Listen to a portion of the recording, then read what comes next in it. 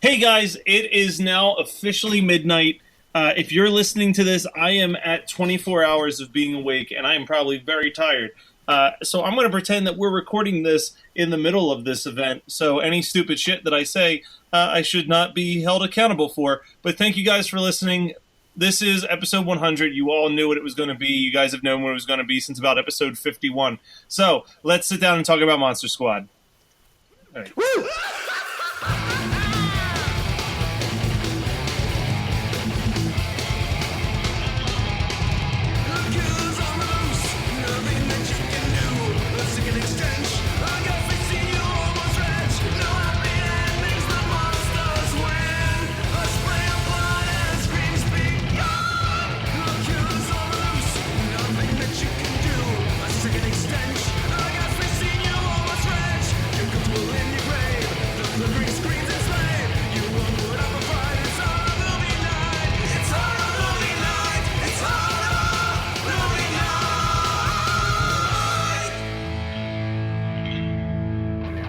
In a time 100 episodes before now, Matthew Kelly attempted to rid his life of boredom by creating a horror movie discussion board.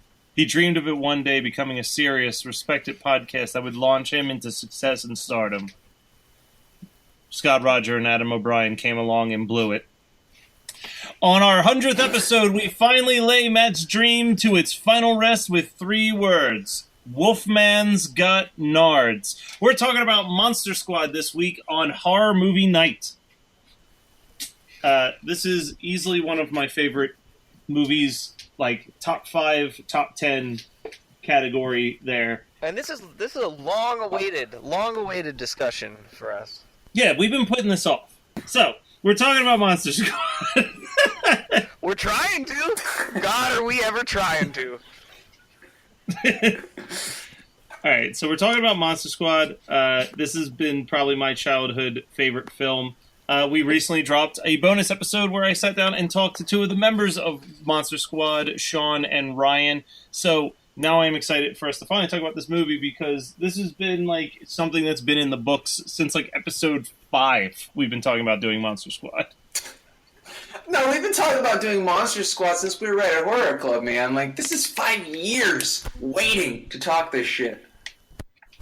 And at last we will. This is like one of those real formative ones for you guys. I never saw this when I was younger. This was just something that kind of I don't know. I just kind of passed over it. I never had the initiative to watch it. Yeah, see, for me, it was a big element was like, and I've talked about it before, I was terrified to watch horror movies, but I found like the Universal movies to be like fairly safe, like the Frankensteins and the Draculas and stuff like that. So this was like that movie that my uncle had gave me because he's like, all right, well, you like those, you'll really like this because it's kind of like the Goonies, but with those monsters that you like. But this is way better than Goonies. Like, it definitely holds up better than Goonies. Well, that's because in the cold, harsh light of day, the Goonies is actually kind of a shitty movie. So I do have to give a shout out to the opening of this movie, which I still think is a super sweet opening. And I'm not even talking about, and I'm just talking about the opening credits. Like this, it starts off. I still like iconically remember. Like, I would pop in this VHS tape, and I'd see that Pegasus fly over me to represent that I was about to watch a TriStar movie. And then, you know, the screen would have the text on it, and then there'd be the lightning crack, and there was that Grim Reaper, like, tombstone, and then that creepy music playing as the camera, like, kind of pans through this graveyard, and it's just, like, an awesome song. It's like a great combination of, like, visuals and music. And then we get into, like, this sweet, like, period piece Dracula fighting sequence that is fucking awesome. Now, so 2 things. One, I had to say that the vampire bat flying around at the beginning is done much better in Monster Squad than in Bride of Reanimator. Yes. And second of all... Yeah, but that's like comparing silver and gold, all right? Like they're not too far. Yeah, it's true. I mean, really, on the periodic table, so close. But then also So who did it better? Sam Raimi in Evil Dead 2 at the end when they have the vortex, or the beginning and end of Monster Squad where they have a vortex. So here's the thing. Evil Dead 2 came out the exact same year as Monster Squad. I am convinced that they used the exact same effect. That, like, they just made a deal to borrow the effect. One of the movies borrowed from the other movie. Because so we're going to jump ahead for a quick second, but, like, the way that the truck goes into the vortex at the end of Monster Squad is identical to the way the truck goes into the vortex at the end of Evil Dead 2. How many times are we going to expose Sam Raimi as the fucking He is. As many times as it takes for people to start jumping on the bandwagon. That's the answer. So we see this fight sequence. It's got some cool shit in it, and then we jump immediately to modern day, or at least 1987. And that's where we see the most iconic T-shirt of the entire movie, the simple red shirt with Stephen King rules in big yellow letters. I'm going to talk about it right now, Scott. You've proposed the idea that we literally do a duplicate of that shirt that just says Horror Movie Night. And I'm saying it because if you guys want a Stephen King rules parody shirt that just says Horror Movie Night or Horror Movie Night rules, either one, you let us know, and we'll see if we can make that happen, because I think that that's an awesome shirt. We should do that, and then what's the Toxic Avenger shirt as well? Oh, we love the Monster Hero. They are probably the two most iconic 80s shirts. From shitty horror movies, yes. Yeah. I mean, no, not shitty. Low budget. Yeah. Although I will say that Monster Squad had a pretty sweet budget because the monsters look amazing. And I would say that, back to my original question, I think that the vortex in this film is much higher quality. It doesn't look just like a plain-ass green screen. Well, so I'm not sure if you guys got a chance to listen to, like, my brief talk with the guys from Monster Squad, but they said, like, this was not, like, a small budget film. Like, this was a big film at the time that they were making it. And if you listen to their podcast, the first episode is all about them discussing why the two of them think that the movie was such a box office bomb when it came out. And the thing that they said was that they think that it was advertised like shit. And if you watch the trailer, I don't blame them. Like, they're like, this was a movie that was designed ideally for, like, teenagers and high schoolers. But, like, the advertising decided to aim it directly at, like, 6 or 7-year-olds. And it was, like, too scary for young kids, but it was, like, too kiddie for adults. And, like, he's like, at the time, there wasn't really a market for, like, horror films for teenagers. So they kind of just fell through the cracks. It would hit the mark perfectly between, like, 12 and 20. But you're not going to get any of the 12-year-olds, because it's those 12-year-olds that, like, I mean, you and your friends, you're all calling each other faggots, and you're using the F word and saying dumb shit all the time. But your parents don't want to admit that you're a shitty kid that does that kind of stuff, so they're not going to let you go see Monster Squad. And I mean, it's something that you would relate to very, very closely, right? But your parents aren't going to let you do that. So, I mean, you're going to miss that whole market right there. I mean, it's a hard pitch. That scene is the most accurate depiction of bullying at that time period I've ever seen. No. Since I'm the oldest one of the three of us, I was 5 when this movie came out, and I feel like I remember it being marketed towards me for sure. Yeah. Like it was kids' cartoons and stuff. And rewatching it now, I mean, and I saw it when I was maybe 7, I mean, not that old, like 88, 89. It was just in the video stores, and I watched it. And then you're right, it must have bombed, because I thought that it was a great film, and I thought that it was huge. Like, all of my guy friends at the time had seen Monster Squad, and we all thought it was the shit. And then, nothing. It took a long time until the internet was not new for it to get its comeuppance. Yeah, it didn't even... It's like DVD release on its 20-year anniversary was like the first time that it had been made available in any format since its original VHS release. Like, that's insanity. That's so weird. And Megan had never even heard of it until I think we started dating. Yeah. Well, it was crazy. Like it was a very niche film for a while. So let's talk about the bullying scene, because that is one of my favorite scenes. So at the time that this is coming out, I'm just a couple weeks removed from going to San Diego Comic-Con. And at every year at San Diego Comic-Con, and I'm going to try to get it on camera this year, John and I recreate this bullying scene with a group of friends, each playing the characters, where they're like, "Eat it, EJ, Rudy," I love it. I love this movie so much, guys. I can't define how much I love it. Can we all agree that EJ has such a baby douche face? Yeah. He almost exclusively plays douchebags, right? Because he was like the brother in the Wonder Years. He was the spoiled brat actor in Pee-wee's Big Adventure. Like, he is just douchebag all the time. Yeah, I mean, I'm sure that he's a fine person in real life, but man, he was typecast. Yeah, he's very strongly typecast, and he does it well. He does it very well. I felt a strong sense of satisfaction watching him eat a shitty chocolate bar off the ground. Almost, and we have to talk about the 90s film that totally lampooned that scene. Well, not lampooned, they just straight ripped it off. Matt, you want to give the honors? Are you thinking of She's All That? Yeah. Yeah. Yeah. Yeah. So here's a question. So Rudy is in junior high, and he smokes real cigarettes, and later on he drinks a beer. Yeah, let's talk about Rudy. Yeah, I think that this movie kind of awakened something in me, because Rudy's hot as fuck, guys.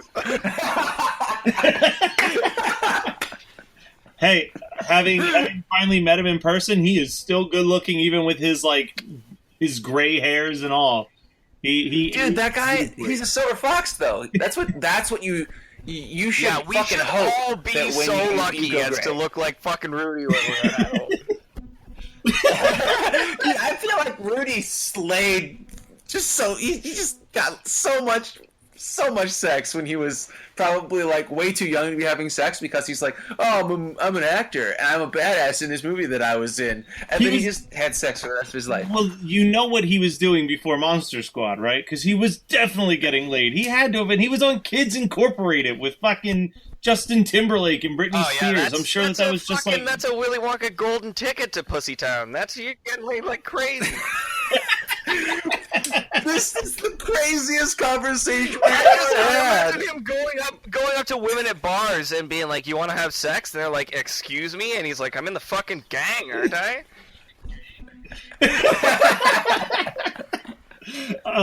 Dude, his character. I once did an article for Geekscape. I think it was the first article I ever did, and it was the 5 most badass teens in film history, and Rudy was like number 1 with a bullet. He is so fucking badass in this movie. Dude, you could have just had 5 Rudies on that, and it still would have been a sweet list. Like, he rolls up on his bike, does the peels it up, lights a match off of his sneaker to light his cigarette, and just makes a bully eat a stomped out candy bar with no physical force. Just like, eat it, and we'll call it a day. Like, he knows better than to fucking try and fuck with Rudy, man. Like, he just has that sway, man. It's almost like he glamours the guy. Like, he's a vampire. What the fuck? It's so good. So we've talked enough about Rudy. We'll talk more about Rudy, because this dude has so many good one-liners throughout the movie. Everyone talks about how Wolfman's Got Nards is the best quote in the movie. Fuck no. It's, "I'm in the goddamn club, aren't I?" That is the quote of this movie. Hell yeah. No. Wait. Quote of the movie has to be, Rudy is drinking a beer, and he's like, what he's trying to say is, have you ever been dorked? I like that better. All right. Dorks is now going to replace Get Down to Fucking, all right? Oh man, Matt, you were just just get ready to get so much sex. So, just side note, I have to ask, as you're watching this movie, because I haven't watched this movie in maybe like a year. As you're watching this movie, was there a part of you that's like looking at that clubhouse, and you're looking at the posters on the walls, and you're seeing how these dudes are like really confident but have no real like excuse to be confident. Like they're not really that cool, and think, man, this is what our lives would have been if we had grown up near each other when we were like 8 or 9 years old. I would have had to been Rudy though, because I would have been the old one. Yeah, that's what. And that would I'm just never sorry, happen. excuse me, do you not want to be Rudy? I still want to be Rudy right fucking now! Here's the problem with being Rudy, is I don't think I could handle that kind of responsibility. Believe in yourself, Scott. I want to talk about the black detective who is absolutely the most obnoxious character in this movie. He needs to shut the fuck up. Just stop. Well, he gets blown up, so it evens out a little bit. I do get a certain sense of satisfaction out of that, but he just treats the whole movie like this sarcastic fucking, I don't believe anything that's going on here, no matter how much crazy shit happens in front of my face, I'm still going to be, cynical and a real douchebag this whole movie until I die. Yeah, he's like Scully in all of the X-Files. Well, here's the thing about that guy, though, is that as obnoxious as he is, he's not as much of a pain in the ass as the mom. Like, she is just lambasting her husband, and he's got to go to work. Yeah. It's not like she has a job. Oh, yeah, it's the old cliche, it's the, you knew what you were getting into when you married a cop. It was that old fucking thing. Thanks a lot for listening, everybody. This was Maniac Cop. And that's been our review of Seven by David Fincher. So there's a line in this movie that is lifted directly out of Fred Decker's other film, Night of the Creeps, and I love the line so much, which is when they're trying to figure out where the mummy went. And the father, almost looking directly at the camera at this point, just goes, 1,000-year-old dead guys don't just get up and walk by themselves. And then it cuts immediately to the mummy walking. Walking alone by itself, yeah. It's that type of comedic timing that makes this movie great. Or Creatures in My Bedroom. Or Mummies in My Bedroom. Creature Stole My Twinkie is the best creature-related line. Yeah. Well, can we also talk about the... I think science is cool. I dig it, man. The original fellow kids. Yeah. That principle is so good. Bill Nye saves the world here in the fucking movie. So I've been wanting to bring this scene up because I love this scene, and I always, when I'm thinking about this movie, this scene's one of the ones that I always forget about, but it's a really well done sequence. Is the airplane sequence where Dracula breaks into the airplane and releases Frankenstein. That scene's really good.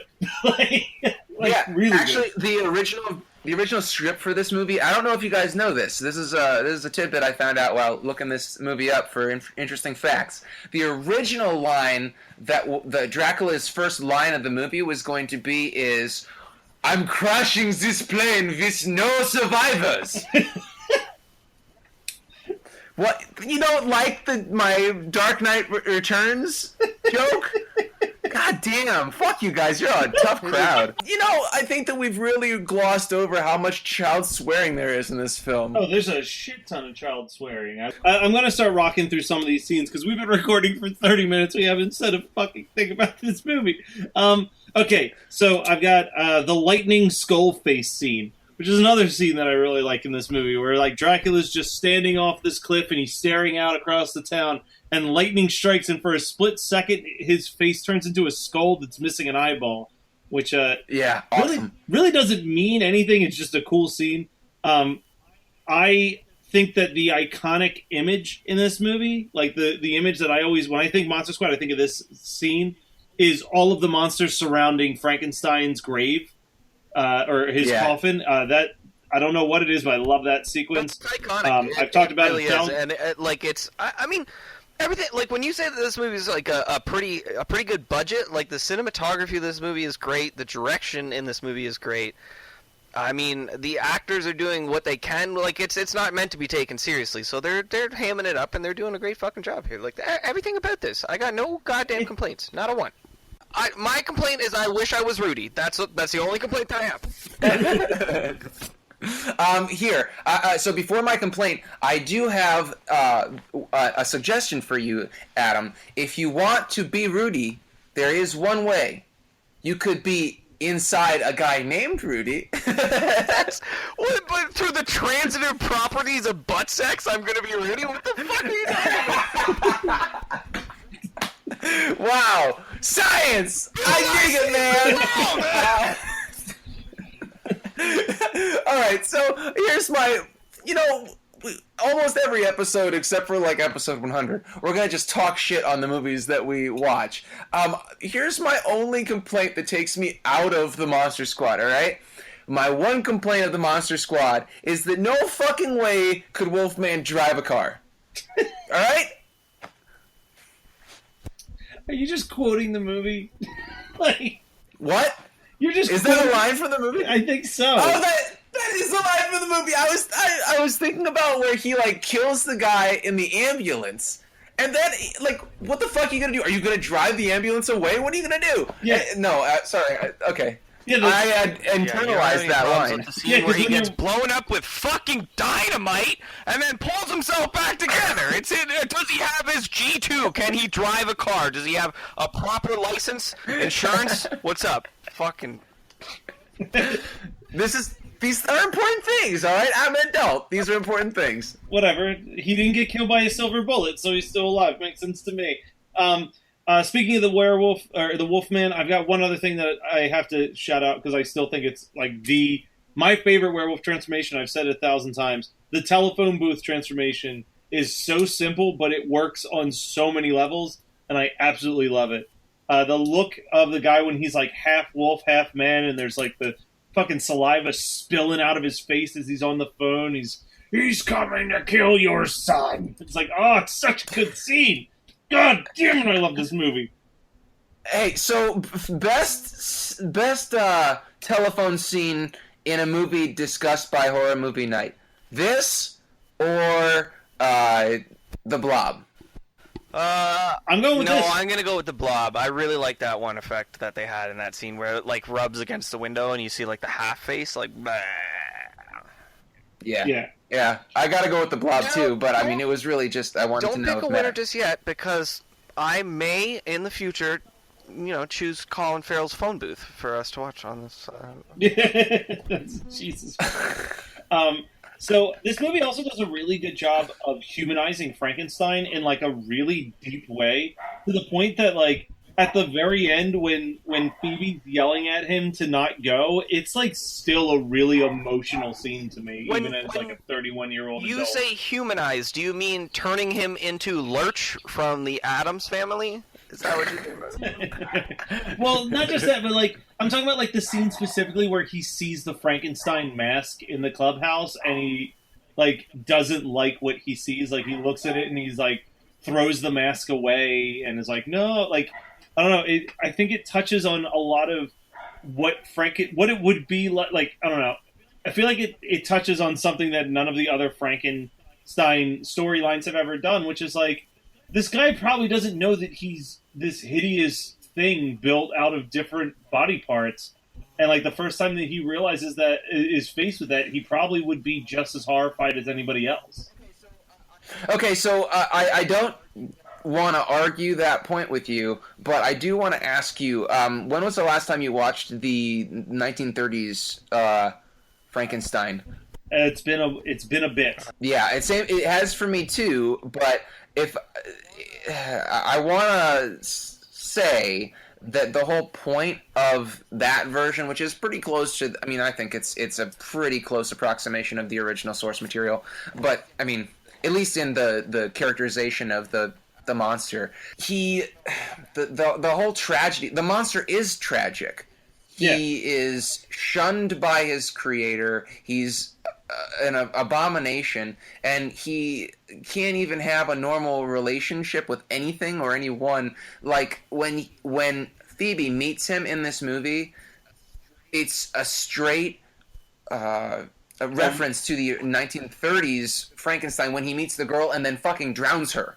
Yeah. All right. So I have just a few more lines right here. I have meeting adjourned, written down, which is just a fucking dope-ass line from Dracula. He's just like a dope-ass line-spitting masterpiece. When he yells, "Give me the amulet, you bitch," it's probably one of the freakiest Dracula moments in any film. I've said that to my wife many times. It took them way too long to decide to use the 6-year-old girl as a virgin just to be safe. Yeah. Well, so there's one thing I want to say about the Dracula's sweet lines. I know that you guys aren't as big of metalheads as I am, obviously. But one of my favorite songs by Black Dahlia Murder is, it's the end of the song right before Death Mask Divine on the Nocturnal album, and it's that line where Dracula finds the amulet and he is like, and there is no one to stop us! You know that part?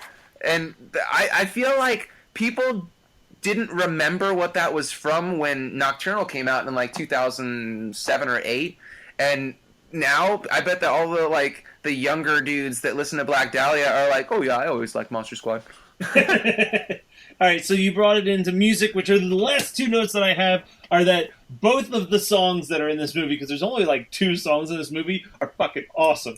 Every year I go to RetroCon, and every year at RetroCon, because they have a DJ that's just spinning retro music the whole day, or the whole weekend, I hear Bop Until You Drop every time that I'm at RetroCon, and it immediately puts a smile on my face, because that song is the tits. And then, of course, the song that we've been referencing for over a year now, fucking Dracula and the Wolfman 2, creature from the back lagoon. Wolfman swimming in the swimming pool. Oh, it's such a good... I miss 80s rap songs at the end of horror movies. It's so nice and special. I sure don't miss them at all, but I can give this one a pass. This is the only pass that ever will be given by me for a shitty hip-hop song that's very, very loosely... Well, no, it's actually written specifically for the goddamn movie. This was one of the originals to do that, though, and this was before that they had realized that that's a terrible fucking idea. You should not at all do that. Listen, you guys shut your mouth. Here's the thing, Matt still doesn't think it's a terrible idea. So Run DMC's version of Ghostbusters in Ghostbusters 2 is delightful. Well, I don't respect Matt because Matt doesn't respect himself. So who cares? That's true. Something's strange going on. Something's wrong. Matt, you are so white. Just not even the color of your skin. You're just so incredibly square. God damn. All right, so anything else that you guys want to say about Monster Squad? No, I love this movie. If I ever have children, I'm going to peel their eyes open like fucking Clockwork Orange to make them watch this movie. The Lino Vico treatment absolutely. for your kid. All right, so I don't think I can say any other quips to let everybody know how much we fucking love this movie. So yeah, we're done talking about Monster Squad. All right, so what did you guys watch this week? I'll go first because I didn't watch anything. Thank you. Bye-bye. You go, because I've got something big to end on. Whoa. Yeah, Matt, you do have something big for me to end on. Mm-hmm. Whoa. What the fuck? So, I watched... so this kind of goes into some of the shit that I watched because of... I want to say it's going to be episode 105. I'm not positive, but this is a great time to talk about another delightful film that I watched that was... I kind of just stumbled across it on Shudder. It's called Lake Nowhere. I had kind of thought about watching it for quite a while and just had been putting it off because I assumed that it was going to suck. It was made in, I want to say, 2015. It's only 50 minutes long. It's a...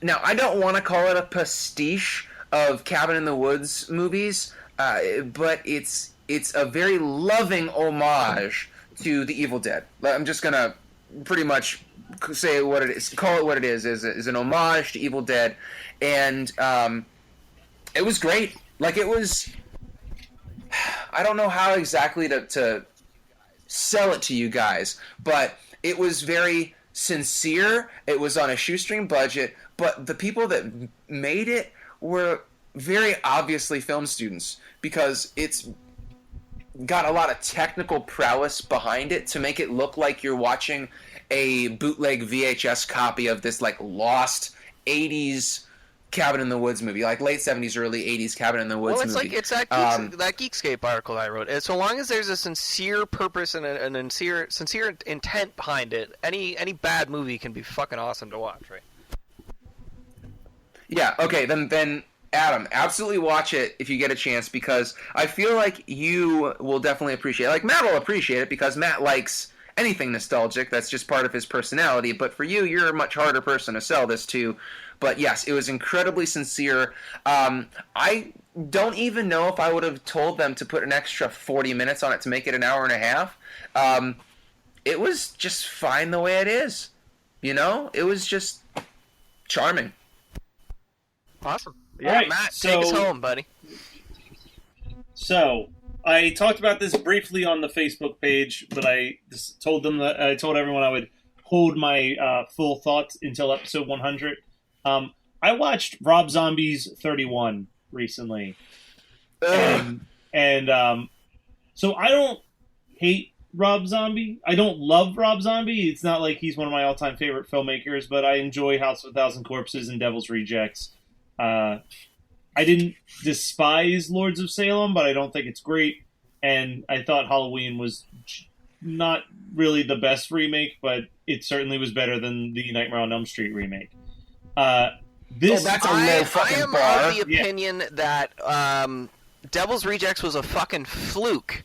And every day, Rob Zombie gets further away from God's light and makes terrible, awful fucking So 31 is the most Rob Zombie movie that's ever Rob Zombie.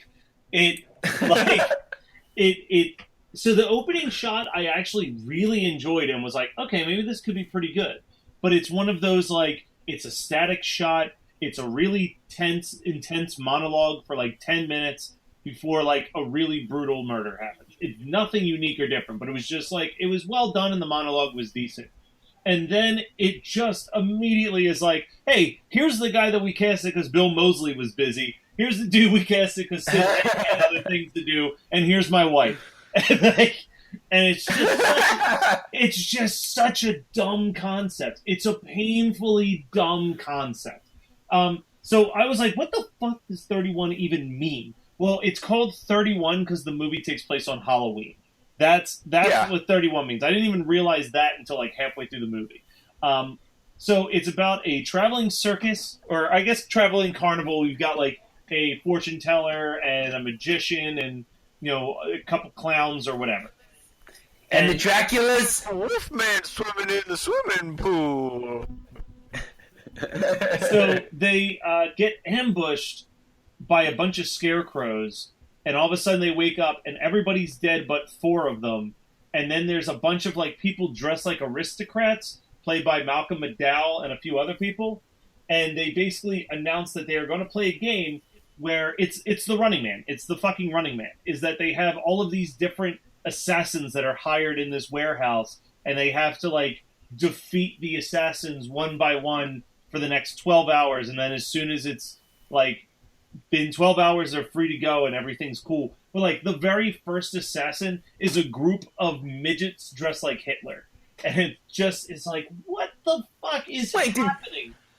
Did Kevin Smith write the script? That's what I mean. It's like, what are you doing? Like, that's all I could think the whole time I'm watching it. And it just got so boring and so dumb, and every decision sucked. It was awful. I'm watching the trailer for it right now, like as you're talking about it, and I can just see it. I can just see like how this movie would just devolve into bullshit. Yeah, and like here's the worst part about it is that really at the end of the day, it's not even that it was a bad movie. Was it like the worst movie I've ever seen? No, I've done 100 episodes of this podcast, but it was just like, why am I wasting my time? Like that was like what went through my head. Like my friends were gonna watch it. They're like, hey, we're gonna put this on. Do you want to come over? And it was like, hang out with my friends and watch 31 or sit in my basement and fucking play with myself. And now I'm regretting the decision because I would have had more fun just sitting around jerking it than watching this movie again. You know how much I don't want to watch 31 by Rob Zombie? I'd rather watch you jerk it. That's how much I don't want to watch that fucking movie. Yeah, it is. He'll put on his Rudy costume and you can watch him jerk it, alright? Do a little dance. Get take a down little tonight. love, get jerked off. All right, but that Jerk is. off tonight. So that was Monster Squad from 1987. This is episode 100. Normally here we like go down a whole litany of all the different places that you guys can go to check out the show, but I think at this point all we really want to do is sincerely thank you guys for sticking it out for 100 episodes. You guys really make it worth doing this show. You guys are one of the best fan bases we could ever ask for. And for that, we are eternally grateful. So thank you so much for listening. Thank you for joining us for 100 different episodes of us trash talking and bullshitting over some of your favorite and least favorite films in cinema history. Yeah, honestly, 5 years ago, when I was one of like 3 people commenting on a Reddit thread about some shitty fucking movie that I didn't want to watch, but I watched anyways, out of some weird sense of obligation to strangers on the internet, I didn't think that I didn't think that we'd get this far. Now I have a constant half chub because I have an audience. People listen to me. I don't know why. I wouldn't if I was them. Terrible idea, but they do. We were called insanely popular in an article recently, and that like delighted me to no end because that's not necessarily true, but I appreciate that people perceive us that way. What fucking article is that? Send me that article. I didn't see that. I posted it in the chat. One out to it right now. Yeah, I posted it in the chat when you were doing whatever the fuck until it was 7 o'clock. Oh, wow. Sorry that I was punctual, guys. My bad. Won't happen again. All right, guys, thank you for listening. And next week, we'll be discussing a 4th of July movie that isn't the one that I wanted to watch.